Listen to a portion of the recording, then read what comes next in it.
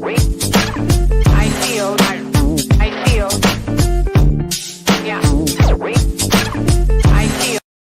What's good, Boxing World? BFV back to hit you with some boxing news and hot topics. Shout out to the team, G5F TV, VP Shane, and extended boxing family. That being said, if you guys haven't heard, Oscar De La Hoya is in a bit of a pickle, kind of a sexual assault case going on, a lawsuit handed down. It's an interesting scenario of how it's called a sexual assault. But in my knowledge, and I'm no lawmaker or no lawyer or anything, the word assault tends to be criminal. So why is there no criminal charges bestowed upon him? I don't know. Is it a bag chase? We don't know. I think that's going to have to play out. But just how it's worded, you would seem to think there would be some sense of, okay, I got to turn myself in. I got to go explain this, get bail, all of this sort of stuff that comes with anything labeled as a crime, such as a sexual assault. And then on the flip side, there's another boxer who's in that category of having some things said or some things he had done that he has in this same realm. He's lost his opportunity at a title fight, which is supposed to have been going down today by just off top is like that he was supposed to be in a title fight, and I'm talking about John Riel Casimero. So he in his own right, his was titled the same way in these articles and in these news stations, sexual assault. Okay, his had charges. Is it because why?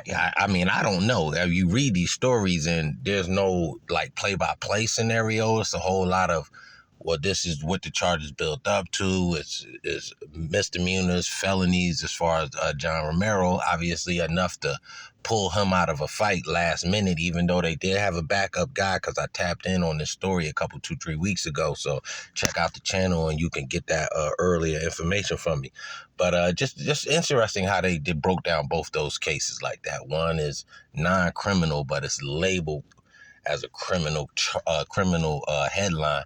And then the other is criminal, pulls him out of a world title fight, blah, blah, blah. It's just crazy. Anyway, man, we got a revenge match slated for the Rolly Romero Tank Davis undercard. It is Abel Ramos' nephew, Alejandro Ramos, the guy that is definitely a top contender on that WBC platform. On that PBC platform. And he's going up against a dude that eked out a victory against his uncle Abel Ramos and Lucas Samaria. And to me, this should have been the fight that should have been lined up in the first place. I get it that you had to have a last-minute fill-in for the Josecito Lopez Abel Ramos fight, but why throw him in with the guy he has so much more experience than, and a guy he technically wasn't ready for? Maybe a guy he should have beat, but I kind of didn't like that matchup in the first place, and I don't think they did my dude very well with that. Anyway, man, we do have a big fight lined up for the summertime. It's in talks. It's, a little bit back and forth between the camps right now, and Arnold Barbosa Jr.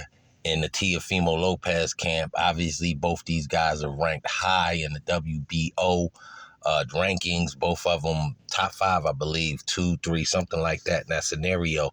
And this is actually a good match. It's at 140. There's supposed to be a bid for the Pulu Taylor fight. So if Taylor pulls out, goes to 147, this would probably line this fight up to be a title opportunity for the WBO title, aforementioned.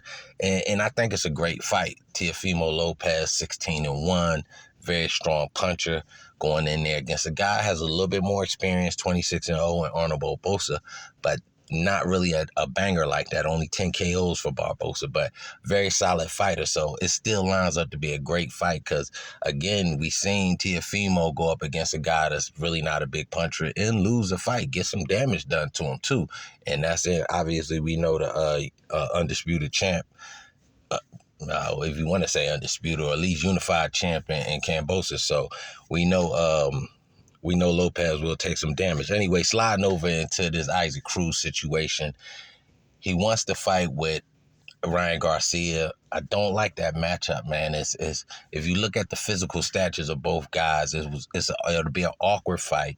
Ryan Garcia just fought a shorter, smaller guy. I mean, it's very, very much smaller guy. Like Ryan Garcia is coming in these fights at damn near 160, and he's supposed to be fighting in the lightweight division.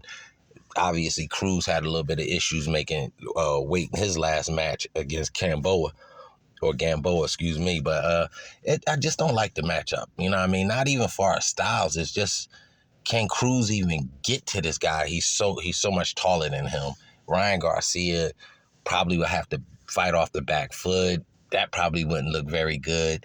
The better matchup to me would be this guy, Manuel Tagu. Since Manuel Tagu seems to have fallen that gatekeeper realm, I think this is a great matchup. I'm sure he's a guy that doesn't have a long-term contract with Matchroom or that DAZN platform. So that'll be a great fight for Isaac Cruz. So y'all tell me what y'all think in that comment section. Just hitting you with my 1-2. As always, hit that like, subscribe, drop a comment.